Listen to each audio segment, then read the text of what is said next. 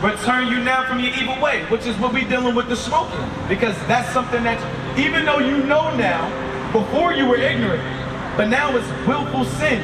And that's a dangerous game to play with, and we're going to get that. Knowing that you're not supposed to be smoking, but still holding on to that vice, you're playing with God, you're tempting the Lord. And then God says it's a fearful thing to fall into his hands. You never know what the Lord can do to you. Right now, you taking a puff, you thinking, all right, well, you know, it's nothing. Next thing you know, your throat hurt. Next thing you know, you got a lump in your neck. Next thing you know, you got a voice box. That's the only way you can speak. That's judgment from God. It says for those that know and continue to go against it, to them it is sin. James 4:17, real quick, and we'll come right back. Very important. And we're not saying this to condemn you or put you on the chopping block. We're telling you this so that the fear of God can be instilled in you.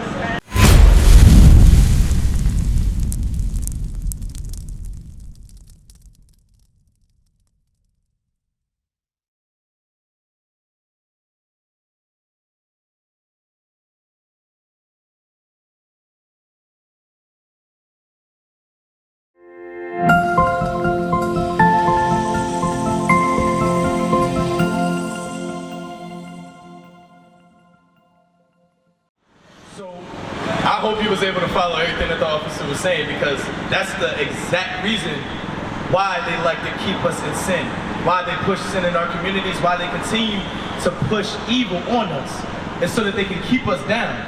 If they keep us in sin, then we never rise to the top, and we never escape, and they continue to profit off of us.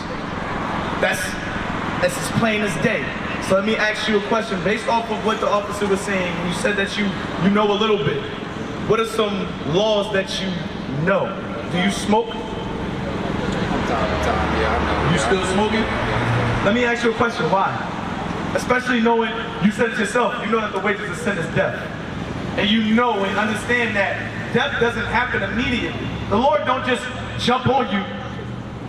He doesn't just jump on you and say, oh, you know what, I'm just gonna kill you now. He might let you slide for a time and just keep destroying your insides. So why is it that you smoke? I mean, I really don't have a top answer. How long you been smoking?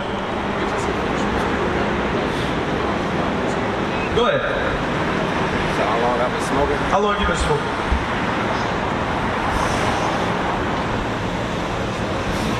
Probably like 15 years now. 15 years. So you smoke, and you said you're 28 now, right? So you've been smoking since you was 13, a young boy. 13, 14. Why? What caused you to jump into that? Was it peer pressure? Was you around your boys at the time, or was it like, ah man, this is stressful, or yo, I heard this was cool? I think the death of my mom kind of like threw me into addiction. Right. Okay. Now, what you got? Nah, we don't need that. Now, it's heavy. Give me Jeremiah 18, start at verse 11. It's heavy. Now, that's traumatic. That is very traumatic. But what you smoking, I take it was weed or was it cigarettes? You don't mind me asking? Both. What did that do? Did that bring your mother back? And you know this. We know this. But what we out here to do is give solutions based out of the Bible. A lot of the time, stuff happens because or we stay in sin, we stay in these vices, whether it be pornography or women, right? That's a vice. Sleeping around from men to men for our women is a vice. Drugs, alcohol, these are vices that's in our community, because the thing that we hate the most is responsibility, reality, and reading. And the majority of the times where we continue to stay in sin is because of our reality. We're looking for an escape. Like you said it probably started when you lost your mother, which is unfortunate. But the first thing that you looked at, and you probably didn't even know, but you just heard, yo, if I do this, it might make the pain go away. This might help me escape the reality. Not understanding the underlying effects of those drugs, of that substance. This is what happens with our people, and this is what we're trying to bring back to our society today. Hope. Because our people are lost without it. Jeremiah 18, start at verse 11. Watch this. Jeremiah chapter 18, verse 11. And once again, this is why we're out here. This is why you need to be on this side, the like-minded men. Because you have to be that hope for that next young brother that might go through the same situations that you did and now are looking for that same escape. That escape is sin. That's an abomination. It's defiling the Lord's temple. The Lord can't dwell with a smoker. The Lord can't dwell with somebody who's destroying their body. Why would I dwell with you? You're destroying the very vehicle that I gave you. That's not even yours. Our bodies is not ours. It's lent to us. It's a lease. Right. You understand how a lease works, right? After the lease is done, unless you plan on keeping the car and leasing it again, you got to return it the same condition you got it in. Right. The Lord didn't give you a body filled with toxins, so why would you give him a body back with toxins in it? You're not taking care of the vehicle that he gave you. But watch this. Jeremiah chapter 18, verse 11. Go ahead. Now therefore, go to speak to the men of Judah and to the inhabitants of Jerusalem. And that's why the Lord sent us out here, so that we can speak to the Israelites. We speak to our people. We don't deal with the other nations. That's why we kept telling that woman to bug off. After a while, it truly revealed that her spirit ain't belong to the Lord.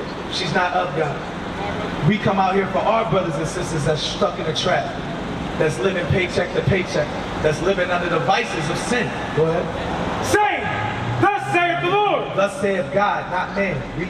Behold, I frame evil against you. We're trying to warn our people that the Lord has framed evil against us. He is and he has framed evil against us. This is evil.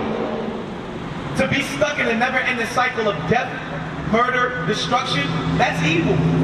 The Lord framed that against us for disobedience. And we're out here warning you. You can come out of that. You can change that. You don't have to stay like this. Go ahead. And devise a device against you. And devise a device against you, because what we're dealing with right now ain't nothing compared to we never finish the famine that's going to come, the tribulation that's going to come, the anguish that's going to come, the wars that's going to come. There's wars and rumors of wars popping off in the world all over the place. You don't think America going to get involved? You don't think a missile ain't going to hit this doorstep over here? We're trying to warn you of those things so that you can come out. We don't. Return ye now, everyone, from his evil way. Return you now from your evil way, which is what we're dealing with the smoking. Because that's something that, even though you know now, before you were ignorant, but now it's willful sin. And that's a dangerous game to play with, and we're going to get that. Knowing that you're not supposed to be smoking, but still holding on to that vice, you're playing with God, you're tempting the Lord. And then God says it's a fearful thing to fall into his hands. You never know what the Lord can do to you. Right now, you taking a puff, you thinking, all right, well, you know, it's nothing. Next thing you know, your throat hurt. Next thing you know, you got a lump in your neck. Next thing you know, you got a voice box. That's the only way you can speak. That's judgment from God. It says, for those that know and continue to go against it, to them it is sin. James 4:17, real quick, and we'll come right back. Very important. And we're not saying this to condemn you or put you on the chopping block. We're telling you this so that the fear of God can be instilled in you. So that the fear of God can be instilled in not just you, but in all of us. And all of our people here. We have to come out of that lifestyle, especially if you know that it's wrong. Go ahead. James chapter 4, verse 17. Read. Therefore, to him that knows to do good. You know to do good. What is good, my brother? What's good? Romans 7:12. You're absolutely right. Romans, read that. Romans chapter 7, verse 12. This is the only thing that's good in the earth. Read.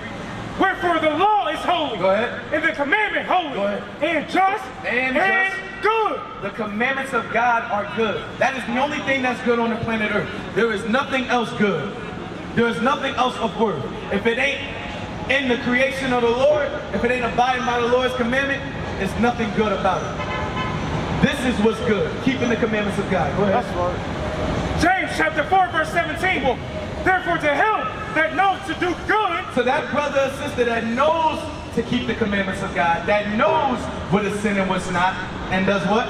And doeth it not. And doesn't take heed to the commandment. Knowing that it's wrong, to them it is what?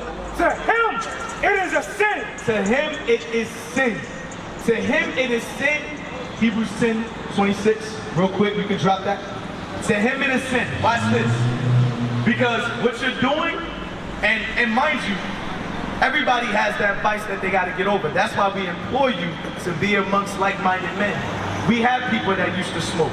We have people that kicked it easily. We have people that struggle, and it took time. That's what repentance is. It takes time, but you have to offend less.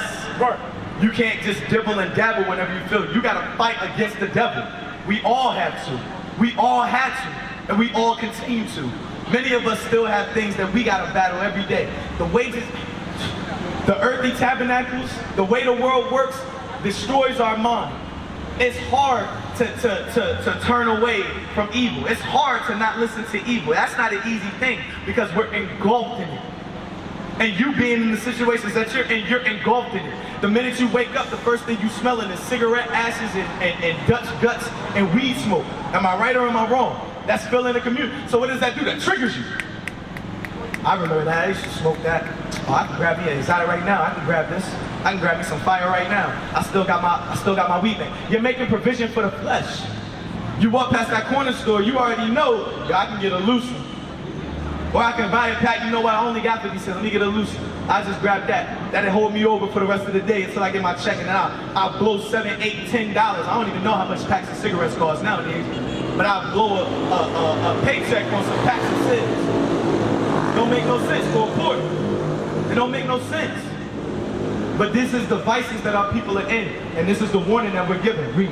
Hebrews chapter 10, verse 26. Read. For if we sin willfully, For if we sin willfully, meaning you know, and you choose to do your own will, that's why it says willfully. I know that, yo, you remember Freeway song? Freeway to Jomo, even though what we do is wrong. Wrong. Everything they name, they saying was wrong. It says wrong right after it. You know what you're doing is wrong. And you continue to do it. Go ahead. for we sin willfully, after that we have received the knowledge of the truth. You received the knowledge of the truth. You know who you are, right? An Israelite from the tribe of Benjamin.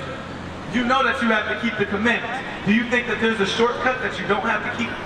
Do you think that there's any laws that you don't have to keep that are done away with? No. All laws must be kept. The only law that's been done away with is the law of animal sacrifice. We don't deal with the blood of bulls and goats anymore. Jesus Christ is that ultimate sacrifice. Every other law must stand. You understand? Read. There remaineth no more sacrifice for sins. If you continue to dabble in your sins, Quan, there remaineth no more sacrifice for sins. Christ is our ultimate sacrifice. We don't got a bull no more. We don't got a goat no more. We don't have anything else to sit in place of Christ no more. Read. Verse 27. But a certain fearful looking. But a what? Pay attention to that. Once again, we out here trying to bring life, and here comes death. Here comes the distraction. Everybody wants to be a scholar when the prophecy's out. But don't nobody want to sit on the corner and teach their people. We're teaching our people right now, sir. If you don't have anything educational to say and edifying, take it over there. Read that again. But a certain fearful looking of judgment. A certain fearful looking of judgment. A fearful looking of judgment. Go ahead. And fiery indignation. And fiery indignation, because now what happens when the Lord calls you? When your number is called. Yellow. Now you sitting in front of the judgment seat, because remember, there's a fate worse than death. This is a lie. Right? Everybody has to go through judgment, right? You understand what I'm saying? Oh, yeah, once you die, that's not the end. You just have rest. Jesus took There's my judgment that comes after that.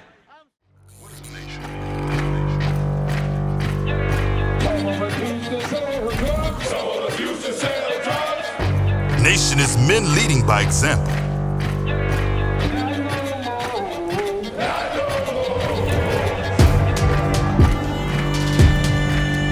Nation is family.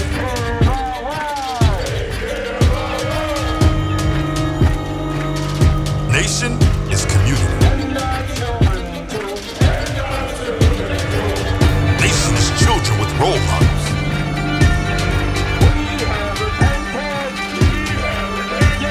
Nation is unity.